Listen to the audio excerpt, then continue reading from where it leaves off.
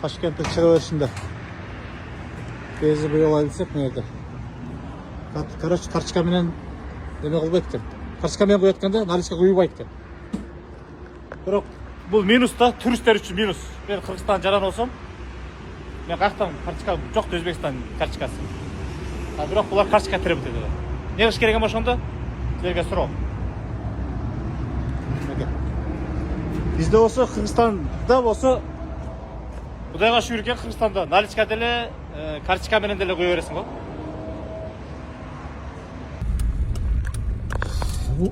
Заправка екен.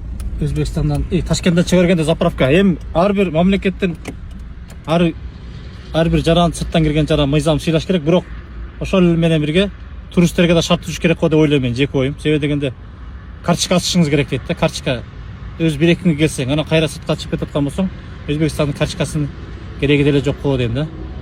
Наличка куйбай, азыр Андижанда бир досума чалып 150 миң которуп тур, мен сага берем деп. Анан 150 миң которуптум булардын немесине, жана QR кодуна.